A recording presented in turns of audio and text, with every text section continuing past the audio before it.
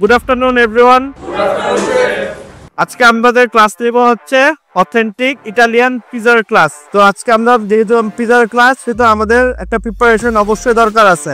আমাদের ফার্স্টে কি লাগবে পিজা বানানোর জন্য? ওভেন। উইদাউট ওভেন পিজা বানানো পসিবল না।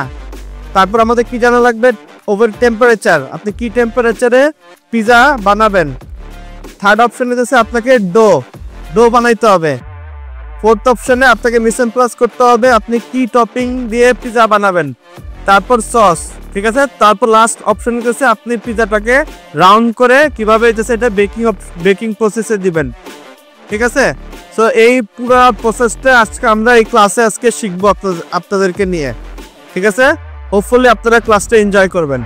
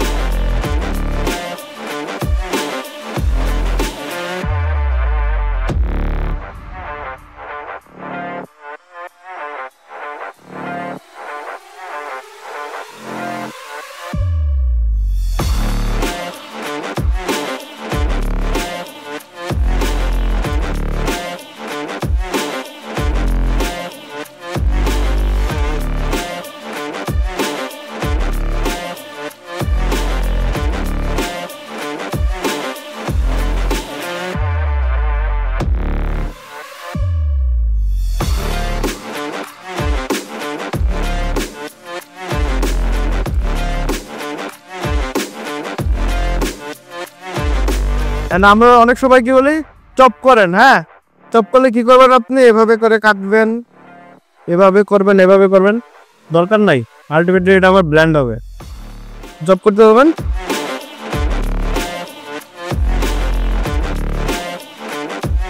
ওভেনে দিব। ওভেনে যখন দিব তখন চিকেনটা আরো কুকড হবে। তো আমরা অতটুকু শ্রদ্ধা করবো যতটুকু দরকার।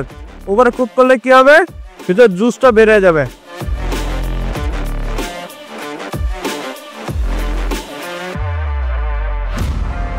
তাহলে সসটা সুন্দরভাবে ব্রেডের মধ্যে ছড়াই যাবে, আর কোনো টপিং যখন দিবে তখন দেখতে সুন্দর লাগবে।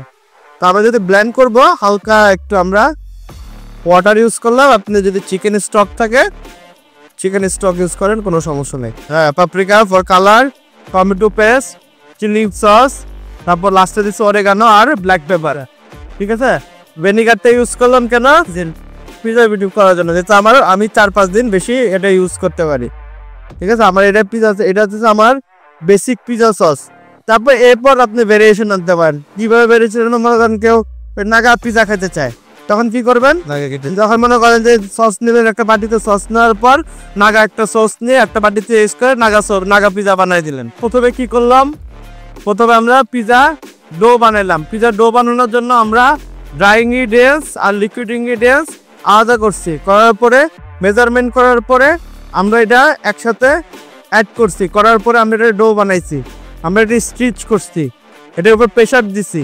প্রেশার দেওয়ার পর এটা যখন সফট ফর্মে চলে আসছে, তখন আমরা এটা রেস্টে দেওয়ার জন্য একটা গরম জায়গায় রেখে দিছি। ইস্ট অ্যাক্টিভ হতে অনেক সময় লাগে, সেক্ষেত্রে ইস্টের পরিমাণটা আমরা বাড়াই দিই যাতে তাড়াতাড়ি হচ্ছে এটা অ্যাক্টিভ হয়।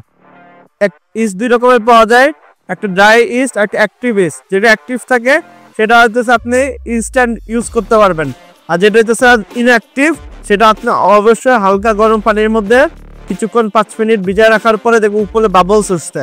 তো তখন মনে করবেন যে এটা অ্যাক্টিভ হয়ে গেছে, তারপর এটা ইউজ করবেন। বাজারে 2 ধরনের ইস্ট পাওয়া যায়, তো আপনারা এটা খেয়াল করে কিনবেন।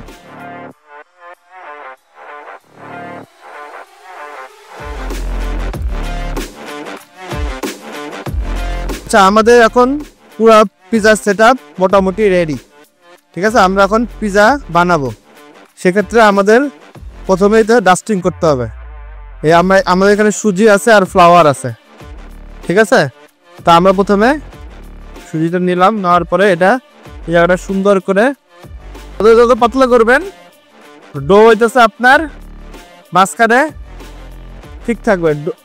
ডো বর্ডার রাখবেন, ডো ছিঁড়ে যাবে, বুঝছেন? এই হাত আমার এখানে থাকবে, এই হাতটা স্টিচ করেন, এই করলাম, স্টিচ করেন।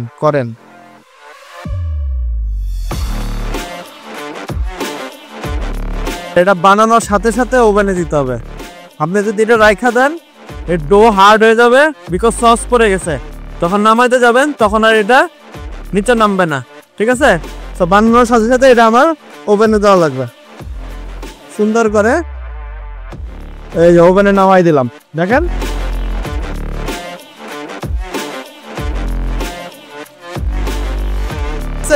আমরা ওভেন থেকে উঠায় জাস্ট এই ট্রেতে রেখে দিলাম। অবভিয়াসলি আমাকে একটু রেস্ট দিতে হবে। পিজা ইনস্ট্যান্ট গরম পিজা কাটা যাবে না, কারণ কি চিজ মেল্টেড থাকে, আপনি যখন কাটবেন চিজগুলো এদিক ওদিক হয়ে যাবে।